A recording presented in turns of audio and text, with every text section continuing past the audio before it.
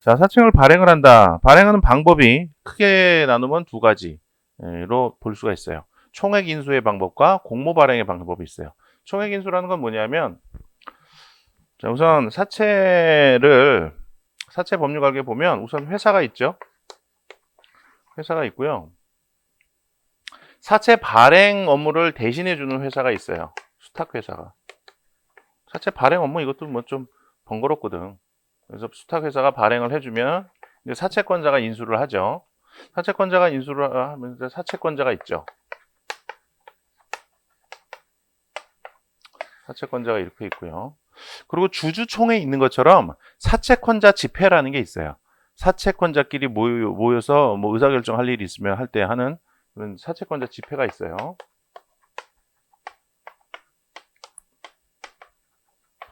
자, 그리고 사채에서는 좀 독특한 게 사채관리회사라는 게 있어요. 사채관리회사. 사채를 인수한 사람은 사채 법률 관계, 그러니까 사채를 인수한 사람들은 법에 대해서도 전문가가 아니고 금융에 대해서도 전문가가 아니죠. 그래서 자기가 사채권자로서의 행사할 수 있는 권리를 잘 행사를 못해요. 거기에 반해서 회사는 거기에 대해서 전문가들이 있으니까 좀 노련하겠죠. 그래서 회사가 사채를 발행할 때는 사채관리회사를 지정하는 경우가 있어요. 근데 이거는 참 독특한 게 회사가 사채 발행할 때 지정을 하는 거예요. 그런데 이거는 회사 상대편에서 사채권자의 이익을 대변해 주는 사람이야. 근데 이 사채관리회사의 비용은 회사가 지급을 해요. 이게 좀 독특하죠? 근데 이 사채관리회사는 회사가 사채를 발행할 때 반드시 지정을 해야 되는 건 아니에요. 임의야, 임의. 지정을 할지 말지는 회사의 임의예요. 지정을 하겠어요? 자기가 돈 주고 지정해 놓으면 그 사람은 자기에 대항해서 싸우는 사람들의 편에 서서 하는 건데 지정을 뭐 하진 않겠죠. 잘 하고 싶어 하진 않겠지. 뭐 이렇게 해서 이런 게 있어. 법률관계 이렇게 돼요. 자, 회사가 사채를 발행할 때 총액 인수 방식이 있고 공모 발행 방식이 있다 그랬죠. 총액 인수라는 거는 특정인이 회사가 발행한 그 사채를 전부 다 인수하는 거예요. 뭐 예를 들어서 100억 원어치 사채를 발행한다 그러면 100억을 특정인이 다 인수를 해요. 인수를 하고 그럼 걔는 왜 인수하냐? 자기가 인수해 갖고 이 사채를 팔아요. 그래서 인수가하고 그 판매가하고의 차익만큼의 그 이익을 얻기 위해서 다 인수를 하는 거예요. 총액 인수 방식이 있고요. 그다음에 공모 발행 방식인데 공모 발행에는 세 가지가 있죠. 여기 책을 보시면 직접 공모인데 회사가 수탁 회사 없이 자기가 직접 발행을 하는 거예요. 근데 거의 이렇게 하지는 않는데요. 그다음에 위탁 모집이 있는데 수탁 회사, 이렇게 은행 같은 기관이 은행이나 증권회사 이런 데서 대신해 주는 거예요. 그 사채 발행 업무를 대신해 주는 거예요. 근데 여기 보면은 뭐 수탁 회사의 명의로 한다 뭐 이런 얘기 나오는데 뭐 그런 거는 뭐 모르셔도 돼요. 그냥 수탁 회사가 대신해 주는 거다. 회사 업무를. 자, 그런데 예를 들어서 사채를 100억 원을 발행을 하려고 했는데 인수하려는 사람이 80억 원까지는 인수하려는 사람이 있는데 20억 원 부분에서 인수하려는 사람이 없다. 그러면 어떻게 하느냐? 그 부분에 대해서 수탁 회사가 자기가 다 인수를 해주기로 하는 경우. 그러니까 회사가 수탁 회사한테 사채 발행 업무를 맡기면서 네가 발행을 대신해 줘라. 그 주식 인수하는 사채권자가 인수를 하고 남는 부분은 네가 인수를 하기로 수탁 회사가 인수하기로 이렇게 정하면 그거를 도금 모집이라 그래요. 도금 모집. 얘가 수탁회사 그냥 하면 위탁 모집이 되는 거고. 총액 인수와 공모 발행의 차이는 뭐냐? 주식 청약서에 의한 청약이 있느냐의 차이예요. 총액 인수의 경우에는 주식 청약서로서 청약을 하지 않아요. 그냥 회사가 발행하는 거 다 그냥 인수해 버리니까 주식 청약서에 의한 청약이 없어요. 공모 발행의 경우에는 주식 청약서에 의한 청약이 있죠. 회사가 직접 공모를 하면 직접 모집을 하면 당연히 있겠죠. 직접 공모를 하면. 그 다음에 위탁 모집을 하면 그러면은 사채권자가 수탁자한테 청약을 해서 수탁자가 배정을 해주고 이렇게 해요. 근데 이제 위탁 모집을 하면 뭐 전부 다 주식청약서에 의해서 발행을 하게 되겠죠. 도금 모집의 경우에는 사채권자가 인수하는 부분은 주식청약서에 의한 청약이 있죠. 그런데 사채권자 인수하지 않아서 수탁회사가 의무적으로 인수해주기로 한 부분, 그 부분에 대해서는 주식청약서에 의한 청약이 없죠. 그 정도 주식 청약서가 요구되는가 그 부분만 좀 보세요.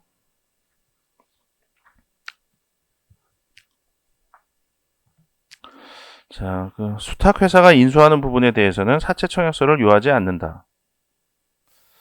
그 다음에 발행의 절차 보시면 발행의 결정은 이사회에서 해요. 그 신주 발행의 결정은 이사회에서 하는 게 원칙이었죠. 그런데 정관의 규정을 두면은 주주총회에서 할 수 있었어요. 근데 보통 사채의 경우, 통상의 사채의 경우에는 그런 게 없어요.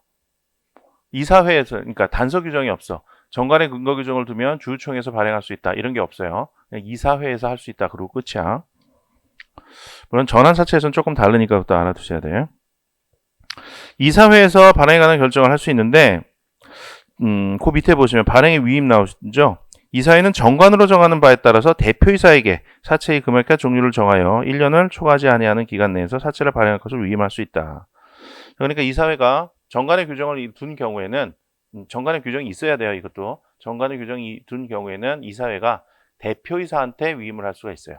신주 발행의 경우에는 방금 본 것처럼 정관의 규정을 둔 경우에는 주주총회에서 결정할 수 있다. 이런 게 있었는데 사채 발행의 경우에는 정관의 규정이 있을 때 이사회가 대표이사한테 위임을 할 수 있다는 규정이 있다는 거 그것도 알아두세요. 그래서 그럼 그 통상 사채, 보통 사채의 경우에는 지금 제가 기출문제에 나와 있는 거 기출문제에 나온 거 위주로 지금 수업을 진행을 할게요. 이거 뭐 출제도 별로 안 되는 건데 다 할 수가 없잖아요. 나오는 거 위주로. 그 다음에 이사회나 대표이사에서 발행을 하자라고 결정을 하면 그 다음에 어떻게 하겠어요? 보통은 도금 모집의 방법으로 하니까 수탁회사하고 수탁계약을 체결해야겠죠. 야, 네가 사채 발행하면 좀 대신해줘라. 그러면 이제 수탁회사가 사채 발행을 하는 거죠. 사채 계약 이거는 이제 수탁회사가 하는 거예요. 그 다음에 납입 부분 보시면은 사채 모집을 완료하면 사채 모집이 다 됐으면은 수탁회사가 대부분 하겠죠. 그러면은 대표이사 또는 수탁회사는 지체 없이 인수인에 대하여 각 사채의 전액 또는 1회에 납입을 시켜야 한다. 자, 근데 여기서 알아두셔야 될 게 사채의 경우에는 분납이 가능하다는 거. 그걸 좀 알아두세요. 신주 발행했을 때 회사 설립 때도 마찬가지고 주식을 발행하는 경우에는 분납을 하는 게 없었죠. 분납이라는 게 없었어요. 그런데 사채 발행의 경우에는 분납이 가능하다는 거 그거 알아두세요. 분납의 경우에는 1회에 납입을 시켜야 한다라는 거 나오죠. 분납 가능하다는 거 알아두시고요. 그 다음에 상계나 대물 변제에 의한 납입도 가능하다. 자, 주식 발행의 경우에는 어땠나요? 주식 발행의 경우에는 상계에 의한 납입 가능했나요? 상계에 의한 납입, 이게 중요하죠. 회사 설립 시에는 상계에 의한 납입을 금지하는 규정이 특별히 없었죠. 자, 상계, 이건 뭔지 뭐 아실 것 같긴 한데 그래도 혹시나 싶어갖고 설명을 드릴게요. 상계라는 거는 서로 간에 채권 채무가 있을 때 그냥 퉁치고 서로 없는 걸로 하자 하는 게 상계예요. 내가 갑이라는 사람한테 100만 원 채권을 갖고 있어. 100만 원 받을 돈이 있는데 100만 원 줘야 될 돈도 있어. 그러면은 채권 채무 퉁치고 없었던 걸로 하자 서로 간에. 이렇게 하는 게 상계예요. 주주가 회사에 대해서 채권을 갖고 있는 상태에서 그때 회사의 주식을 인수를 하면 주주 입장에서는 회사에 대해서 채권도 갖고 있고 주금을 납입해야 될 의무도 부담하고 있죠. 이때 상계의 방식으로 주금을 납입한다 하면은 채권 받을 거, 돈 받을 거 있는데 그거 안 받기로 하고 주금 납입한 걸로 치자. 이렇게 한다는 거예요. 근데 이 상계는 일방적인 의사표시로 하는 거예요. 합의하에 하는 게 아니야. 일정한 요건이 갖춰지면 일방적인 의사표시로 서로 없는 걸로 하자라고 할 수가 있어요. 상계도 일종의 형성권이에요. 상계의 방법으로 주금을 납입할 수 있느냐. 회사 설립 시 주식을 인수한 주주의 경우에는 이거를 제한하는 특별한 규정이 없어요. 그 정도만 알아두세요. 그렇다고 뭐 자유롭게 할 수 있는 건 아니에요. 자유롭게 할 수 있는 왜 아니냐면 상계로서 주금을 납입한다는 거는 주주가 회사에 대해서 갖고 있던 채권을 현물 출자한다는 얘기야. 그러니까 정관에 기재를 해야 돼요. 현물 출자는 변태 설립상이라 정관의 규정을 둬야 됐죠. 정관의 규정을 두려면 그러면 어떻게 해야 돼요? 발기인 전원의 동의가 있어야 되죠. 그러니까 결과적으로는 회사 설립 시에 상계의 방법으로 주금을 납입하려면 그러면 그거에 대해서 발기인 전원의 동의가 있어야 되는 거예요. 결과적으로는. 그런데 그게 중요한 게 아니라 회사 설립 시에는 상계에 의한 주급 납입을 금지하는 규정이 상법에 없다라는 거. 그걸 알아두셔야 돼요. 특별히 제한하는 규정이 없다라는 거. 그걸 왜 알아둬야 되냐면 과거법에는 있었어요. 상계에 의한 주급 납입을 금지하는 규정이 있었어. 근데 그 규정은 이제 현행법에서는 없앴어요. 없애서 이제 특별히 그 규정 금지하는 규정이 없다라는 게 출제가 될 수가 있어요. 자, 회사가 신주를 발행하는 경우에 상계에 의한 주급 납입 가능하느냐? 신주를 발행하는 경우에는 회사의 동의가 있는 경우에 가능해요. 회사의 동의가 있는 경우에. 근데 사채권자가 사채금을 납입할 때 이때는 상계 대물 변제에 의한 납입도 가능하다라는 거 꼭 기억을 해두세요. 그 다음에 사채 발행이 등기 사항이냐? 등기를 요하지 않아요. 신주 발행 시에는 어때요? 신주를 발행하면 자본금이랑 발행주의 총수가 변경되기 때문에 등기를 해야 됐죠? 신주 발행은 등기 사항이었어요. 하지만 사채 발행은 등기를 요하지 않아요. 다만 전환사채나 신주인수거분산추, 사채, 이익참가분사추, 교환사채 등 특수사채의 발행의 경우에는 등기를 요한다는 거, 이것도 출제가 된 거니까 기억을 해두세요.